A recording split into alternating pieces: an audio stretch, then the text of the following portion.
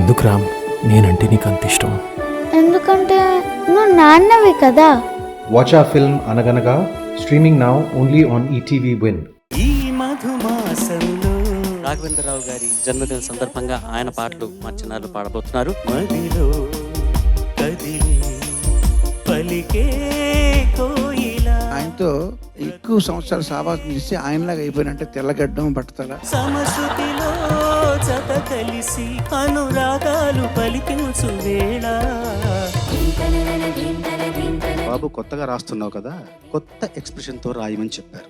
అదొక దివ్యమైన ఒక ఉపదేశం. నువ్వు చదివిన ఈ ఉత్తరమే నా మనసుకు అర్థంగా. ఫస్ట్ టైం నా లైఫ్ లో ఇట్లాంటి ఒక పాట పాడుతున్నాను. గంగా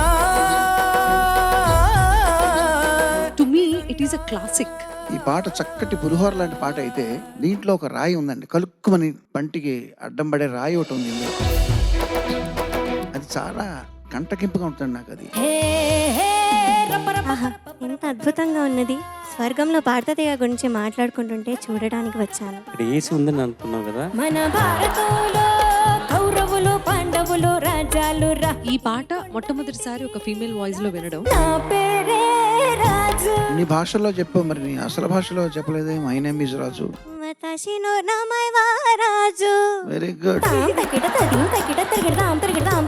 కొత్త కొత్తగా ఉన్నది. టులిప్ గార్డెన్ లో కదా. అన్ని పూలు ఉంటాయి మేడం. ఏం పూలు ఉంటాయి? ఎర్ర పూలు, పసుపు పూలు. నీ నవ్వు ముద్దాడితే తికమగ్గా మాట్లాడుతావు కానీ పాట మాత్రం చాలా బాగా పాడారు. తెర మీద చాలా గొప్పగా ఆవిష్కరించడంలో రాఘవేంద్రరావుకి చాలా మంచి పేరు. దానికి రీజన్ ఏంటంటే మొగలి పరిమళం మగాడి ఇప్పటికీ మా అనుబంధం అలా కొనసాగుతుంది. తీగ మల్లకి నరాల పందిరి అందించుకోనా. ముద్దబంతి నవ్వులో స్ట్రెయిన్ గా వినిపించింది. And you can definitely do much better. మాటలోచుకొని ఒక శ్రీలలిత లాలా టెన్షన్ వస్తుందా? ఒక ట్యూన్ వినిపించగానే 190% మంది డైరెక్టర్లు ఇచ్చే ఎక్స్ప్రెషన్ అది.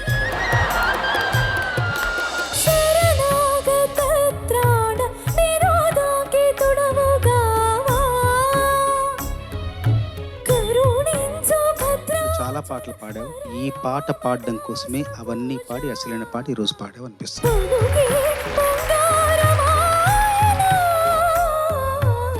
ఎక్కడ టాలెంట్ ఉన్నా ఎంకరేజ్ చేయడంలో ముందుండేటటువంటి వ్యక్తి రాఘవేంద్రరావు గారు. ఆయన ఎక్కడుంటే అక్కడ ప్రవహిస్తూ ఉండాలి. బంగారు కోడిపెట్టైనా, రామదాస్ అయినా, అన్నమైన అయినా ఆ పాటలు బాగా రావడానికి కారణం సీక్రెట్ ఇదే.